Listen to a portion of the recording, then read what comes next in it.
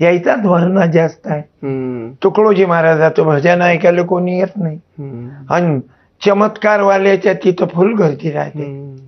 मला चाकू मारले हे असलेच महाराज लोकांमुळं.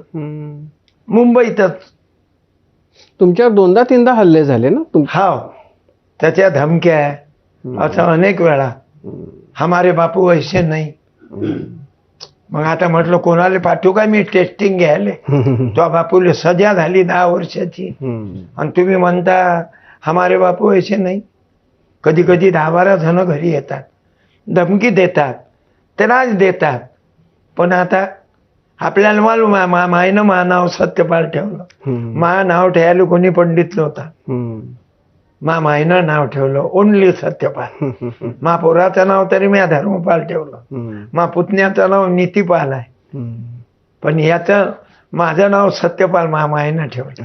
माझ्या गावातले लोक म्हणायचे सत्यपाल शोभत नाही, कारण गरीबाच्या घरात बाबासाहेब शोभत नाही, रावसाहेब शोभत नाही, मोठ्या रानडोक्याच्याच घरात शोभते. असं आहे साहेब. पण महाराज, म्हणजे तुमचा सगळा जो प्रवास आहे, तुम्हाला या मार्गावर काय झालं, कसे आलात तुम्ही, की तुम्हाला का वाटलं की आपण हा वारसा जो आहे गाडगे बाबांचा, तुकडोजी महाराजांचा, तो आपण पुढे न्यायला पाहिजे, समाजातले हे जे सगळे भोंदू आहेत त्यांच्या विरोधामध्ये आपण आवाज उठवला पाहिजे? काय हे साहेब, मा घरातच अंधश्रद्धा होती. मग माय एवढे उपास धरे, दिवसभर वावरात जाणं, काम करणं, उपास धरणं. मग आम्हाला ना समजे डाव्या डोळ्या फळकला तर भांडण होते. होईन भांडण होय साहेब, हे माय लहानपणची घटना. कोण्या देवाच्या अंगात येते. मै आई वावरातून येत जाय, कसं बसं खात जाय. आमचं घर होतं भाड्याचं. वावरातून ये, कावऱ्यासारखी काम करे, मुळ्याने काय काय यातना भोगल्या. माझ्या जीवनावर तर गरिबीचा लय पगडायचा. आईची शपथ.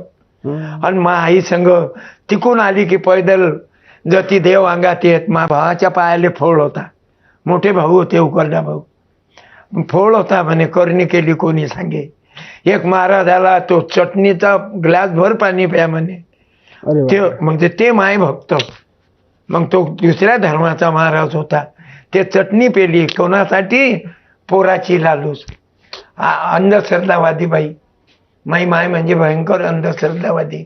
मा घरात पाहिलं साहेब दुःख. म्हणून हे दुःख सांगावे कोणाला. प्रभू तूच सखा आमचा उरला. आता कोणी नाही, पण ABPले सांगून राहिलो. तुम्ही या माझ्या देवाईले सांगाल. माय पब्लिक म्हणजे माय प्राणवायू आहे. पब्लिक मुळे मी जिवंत आहो, पब्लिक मुळे मी बोलतो, आणि पब्लिक मुळे सर्व काही आहे. जनता जनार्दन. आजही 15 किलोमीटरहून लोक येतात कीर्तनात. मग आमची आई जाय कुत्र्यासारखी फिरव साहेब त्या मंदिरात. माय मी मा भाऊ ते दुःख घेतलं पाहिजे. मग देव करे मा गावाजवळचा देव अंगात येणारा. आणि ज्यानं मंदिराला ट्यूबलाईट दिला साहेब त्याला म्हणे उसको भेजे. माय फाटकी. दिवसभर रातभर फिरव, दिवसभर कष्ट करे. मला तो वेळ आठवते. त्रास होते साहेब. अंधश्रद्धेनं ते दिवसभर उपाशी तापाशी. तो देव भलाही नाही. मग तो देव ज्यानं पैसे दिले त्याला भलाय. आम्ही गरीब लोक. मग उभाऱ्या खाणीचे माय शिव्या दे. असे कसे देव आहेत म्हणे, गरीबाला बोलावत नाहीत, मोठ्या लोकांना बोलावतात. मग मायचं ते दूध ठेवा लागे. ते तोंडानं उचले आणि मग ते उष्ट दूध प्याले देईल. पुऱ्या अंगाले निंबूलाय. अशी माय 15 देव जवळ गेले. अरे बाप.